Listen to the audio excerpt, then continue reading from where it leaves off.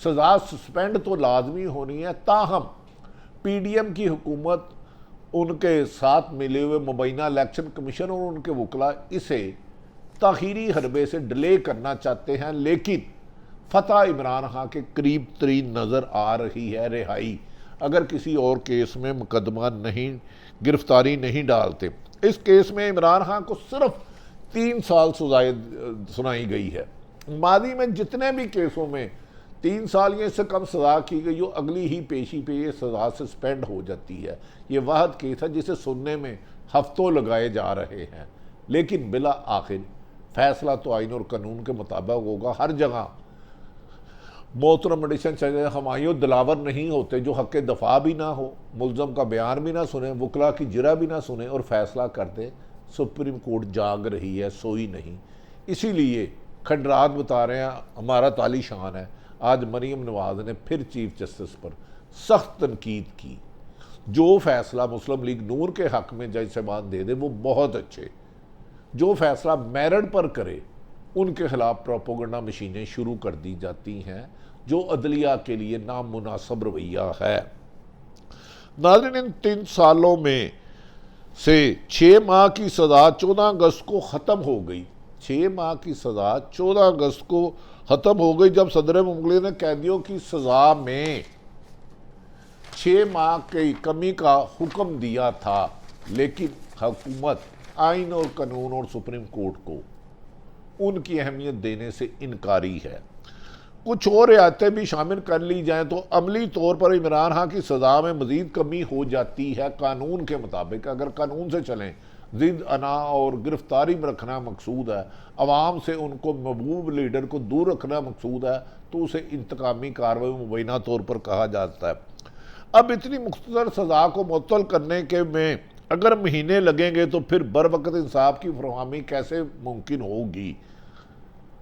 انصاف کا بروقت ہونا ہی انصاف ہے، انصاف کا تاخیر سے ہونا نا انصافی کہلاتا ہے آئینی ماہرین کے مطابق۔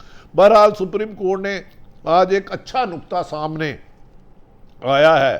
چیف جسٹس نے عمران خان کو جیل میں دی جانے والی سہولتوں کی رپورٹ طلب کر لی ہے۔ اب دیکھا جاتا ہے کہ سپریم کورٹ میں بھیجی جانے والی رپورٹ پی ڈی ایم کی تسلسل نگران حکومت کوئی فیک کر کے مبینہ بھیجتی ہے یا اوریجنل رپورٹ بھیجی جاتی ہے کہ انہیں جیل میں بنیادی حقوق سے محروم کیا گیا، جو ایڈیشنل سیشن جج نے اپنے دورے میں کہا تھا، جو ریٹن رپورٹ ہے۔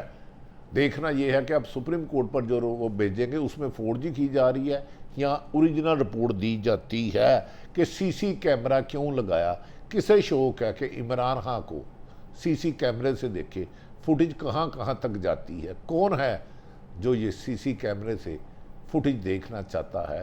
یہ راز بھی بہت جلد افشاں ہو جائیں گے۔ سپریم کورٹ کی رپورٹ طلب کرنے پر اب کچھ امید ہوئی ہے کہ عمران خان کو جیل میں درپیش مسائل میں کمی آئے گی اور سپریم کورٹ میں اوریجنل دی جائے گی، کیونکہ اگر سپریم کورٹ نے کوئی غلط رپورٹ پیش کی گئی تو اس پر کارروائی کی گئی تو پھر بڑے بڑے حکمران جہاں آج تحریک انصاف کے چیئرمین بند ہیں انہیں وہاں جانا پڑے گا عدالت کو چیٹ کرنے کے الزام پر۔ تو اب رپورٹ دینے والوں کو یہ دیکھنا ہوگا عدالتیں جاگ رہی ہیں، سو نہیں رہی۔ دوسری جانب چیف الیکشن کمشنر بھی کمال کے آدمی ہیں، راتوں کو خفیہ ملاقاتیں کرتے ہیں۔ آج امریکن سفیر سے بھی تفصیلی ملاقات کی۔ 3 دن سے ان کی ملاقاتیں بعض ان آفیشل ہوئی، انڈر ہینڈ۔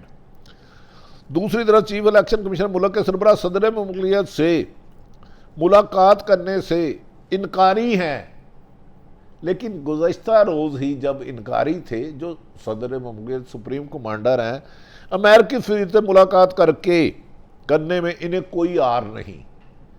کس قانون کے مطابق یہ امریکن سفیر سے ملے اور چند روز قبل چیف جسٹس سے بھی ملے تھے، اور کچھ چیف الیکشن کمشنر کی ملاقاتوں کو خفیہ رکھا جا رہا ہے، لیکن ایک آئینی عہدے صدر پاکستان کے انکار کر کے صدر کے عہدے کو بے توقیر کیا گیا ہے، جس پر آئینی ماہرین نے سخت تنقید کا نشانہ بنایا ہے اور کہتے ہیں کہ قانونی طور پر صدر کے پاس الیکشن دینے کا ہے، لیکن جاتے جاتے پی ڈی ایم کی حکومت نے جلد بازی میں ایسی قانون سازی کی جس سے آئین بھی شرمانے لگا۔ صدر نے چیف الیکشن کمیشن کو انتخابات کی تاریخ سے متعلق مشاورت اور ملاقات کی دعوت دی تھی۔ چیف الیکشن کمیشن نے آج جوابی خط میں ملاقات سے صاف انکار کر دیا۔ انہیں یہ اندازہ ہی نہیں کہ صدر مملکت جو تمام فورسز کے چیف کمانڈر ہیں انہیں انکار کر رہے ہیں۔ یہ اس عہدے کی تذلیل کی گئی ہے، بے توقیری کی گئی ہے۔ صدر نے آئین میں درج اختیارات کے مطابق اسمبلی تحلیل کرنے کی صورت میں الیکشن کی تاریخ دینے کے مجاز ہیں۔ شروع سے یہ آتا رہا ہے۔ چیف الیکشن کمیشن ایکٹ میں ہونے والی ترمیم کو آئینی ترمیم پر ترجیح دی جا رہی ہے۔ بل کو ایکٹ بنانے میں آئین پر ترجیح دی جا رہی ہے جو آئین کا مذاق اڑانے کے مترادف ہے۔ دوسری جانب امریکن سفیر نے چیف الیکشن کمیشن کی ملاقات کی ہے۔ آپ سوچیں کیا امریکہ میں موجود پاکستان کے سفیر ان کی فیڈرل الیکشن کمیشنر سے اس طرح جا کر مل کوئی سکتا ہے؟ اس کا پاکستان کے الیکشن سے کیا معاملات؟ اگر انہوں نے ملنا ہے تو اپنے پاکستان کے ایمبیسیڈر سے ملیں، سفارتکاروں سے ملیں، چیف الیکشن کمیشنر سے۔ اور رات کے اندھیرے میں کون کس سے ملاقات کرتا ہے 3 دنوں کا اگر ان کا شیڈول نکال لیا جائے تو بہت راز افشاں ہو جائیں گے کہ لندن میں کیا فیصلہ کیا جا رہا ہے، پاکستان میں الیکشن کب کرانے ہیں۔ پیپلز پارٹی بظاہر تو چیخو پکار کر رہی ہے 90 دن میں الیکشن ہونے جائیں، لیکن الیکشن کمیشن اس سے بھی انکاری ہے۔ اب وہ پی ڈی ایم کی بجائے صرف نون لیگ اور کچھ لوگوں کی بات سنتے ہیں۔ ناظرین، اب امریکن سفیر سے مل سکتے ہیں اور ہزاروں لوگوں سے مل سکتے ہیں، لیکن صدر پاکستان ایک آئینی عہدے سے نہیں۔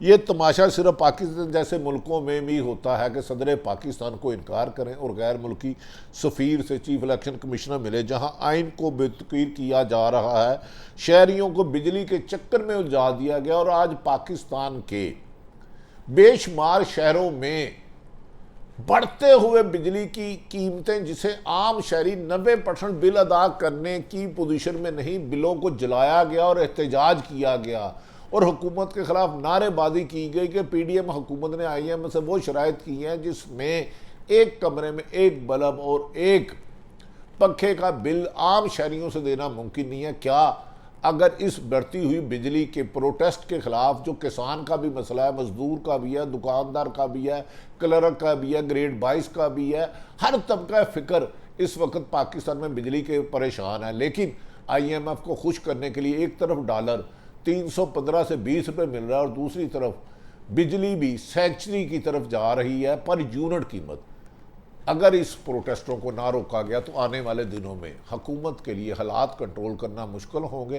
نگران حکومت کو چاہیے وہ نگران حکومت رہے، پی ڈی ایم کی بی ٹیم نہ بنے، ورنہ عوام کا غم و غصہ اب مختلف شہروں میں احتجاج کی صورت میں نظر آ رہا ہے، اور عدالتوں کی بے توقیری اور الیکشن کمیشن کے فیصلوں سے عوام کا عدالتوں اور آئین پر سوال اٹھانا کویسچن مارک بنتا جا رہا ہے۔ یہ وہ صورتحال ہے۔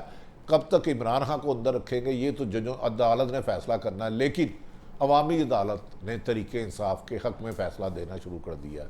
ساری صورتحال آپ کے سامنے رکھی۔ اللہ تعالیٰ پاکستان کا حامی و ناصر ہو۔ پاکستان زندہ باد۔